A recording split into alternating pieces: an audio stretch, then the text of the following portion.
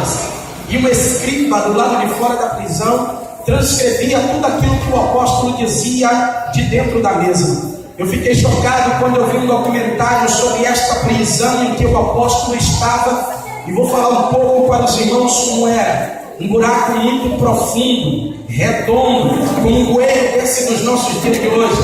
Havia lá dentro um vácuo úmido, e ratos, insetos transitavam para todos os lados daquela prisão. Os presos que eram lançados ali, como de costume, eram açoitados antes. As suas costas eram dilaceradas, e assim ocorreu com o apóstolo Paulo. Teve as suas costas dilaceradas pelos açoites. Quando foi lançado naquela prisão, os seus pés foram amarrados a um tronco, as suas mãos também foram algemadas. E lá nesta prisão, quando os prisioneiros morriam naquele lugar, a família não tinha sequer prazer, não tinha sequer privilégio, não tinha sequer direito de sepultar o seu familiar que morreu naquele ambiente. Os seus corpos eram obrigados a entrarem em estado de putrefação ali mesmo dentro da prisão, porque a família não tinha sequer o privilégio de sepultá-los naquele lugar. Então seus corpos apodreciam naquele ambiente. E os intérpretes dizem que os prisioneiros que ali morriam de uma doença muito conhecida por nós, chamada tuberculose, por causa da frieza, por causa do vácuo úmido que havia dentro daquele ambiente.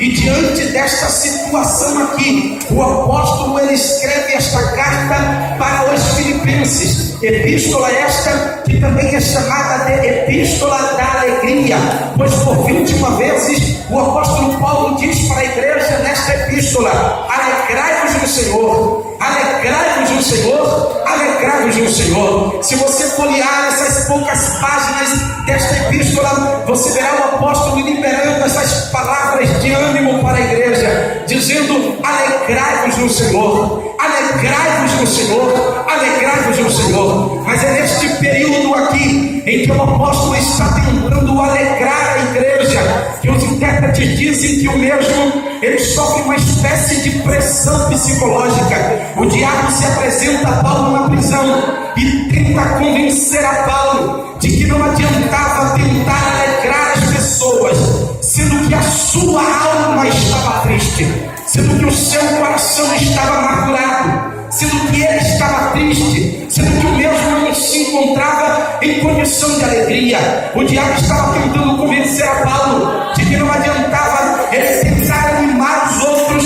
sendo que ele não estava animado, que não adiantava ele alegrar os outros, sendo que ele não estava alegre. Muito por contrário, a sua alma estava profundamente triste, o seu coração estava angustiado. Por isso o diabo pressiona o psicológico de Paulo, e enquanto Paulo dizia para a igreja: alegrai-vos no Senhor, o diabo dizia para Paulo: mas você está dentro de uma prisão. Enquanto Paulo dizia para a igreja: alegrai-vos no Senhor, o diabo dizia para Paulo: mas as suas costas estão dilaceradas.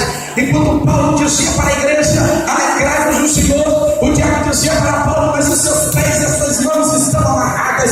Enquanto Paulo dizia para a igreja: alegrai-vos no Senhor, o diabo dizia para Paulo: mas você está abandonado e nenhum sequer da tua família veio te visitar. Enquanto Paulo dizia para a igreja: alegrai-vos no Senhor, o diabo dizia para Paulo: mas você vai morrer como os demais. E é nesta pressão psicológica aqui que o diabo está tentando convencer a Paulo da sua situação, da amargura da situação em que ele estava vivendo no tempo presente, de que não adiantava ele alegrar o coração da igreja, de que não adiantava ele animar os seus ouvintes, sendo que o mesmo não estava animado, sendo que o mesmo ele não estava alegre. Acredito eu que o diabo esperava ouvir da boca de Paulo uma palavra de murmuração contra Deus, ou até mesmo uma palavra de convencimento e dizer: isso é verdade o que tu dizes, ó Satanás. Mas eu fiz uma descoberta surpreendente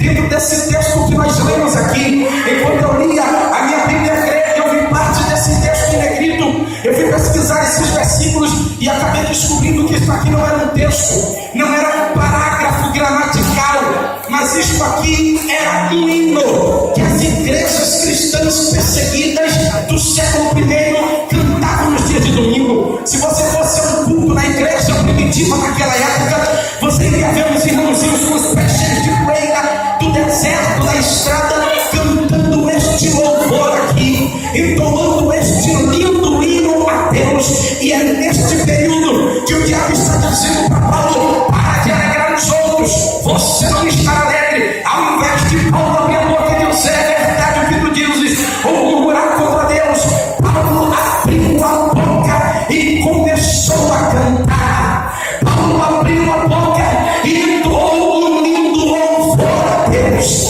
e entoou um lindo hino a Deus.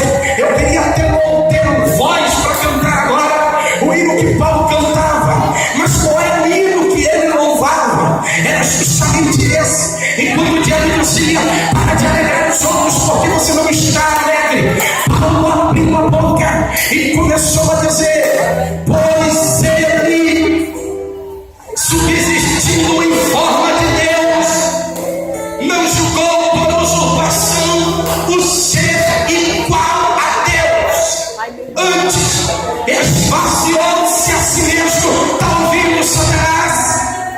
Tornou-se em semelhança de homens, e achado em figura humana, a si mesmo se humilhou. Está ouvindo, cão? E foi obediente até a morte, e morte de cruz. Aí o diabo diz para Paulo: mas até então só teve humilhação.